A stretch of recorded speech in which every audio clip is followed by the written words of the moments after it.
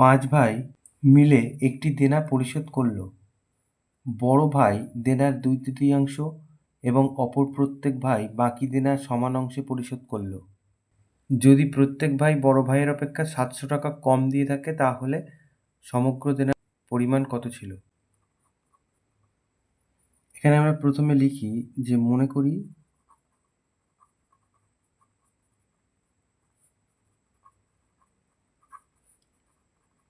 সমগ্র দেনার পরিমাণ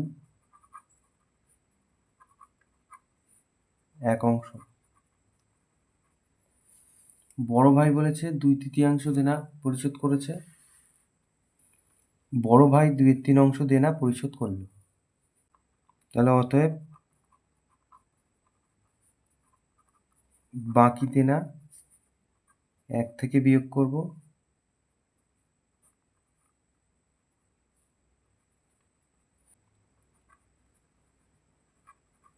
তাহলে এত অংশ। এখন 4 ভাই সমান সমান দেনা পরিশোধ করেছে, অতএব 4 ভাইয়ের প্রত্যেকে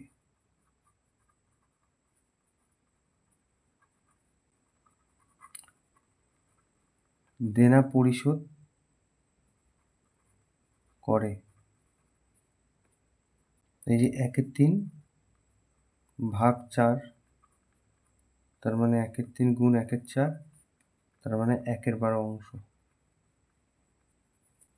এখন বলেছে এই 1/12 অংশ হচ্ছে এই 2/3 অংশের চেয়ে 700 টাকা কম।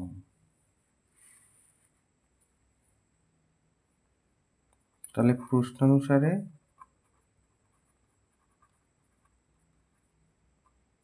এই 2/3 অংশ তার থেকে 1/12 অংশ কম হচ্ছে 700 টাকা।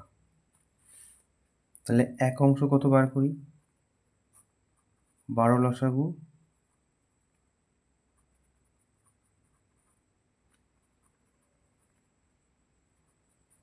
7/12 অংশ, তার মানে 700 টাকা। তাহলে বা 1 অংশ সমান সমান 700 ভাগ 7/12, তার মানে 700 গুণ 12 7, 7 দিয়ে কাটলে 100,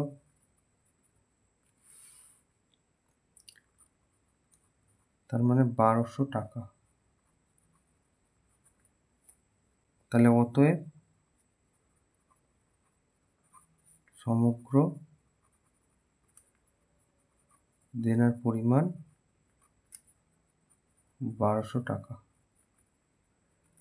এটা উত্তর।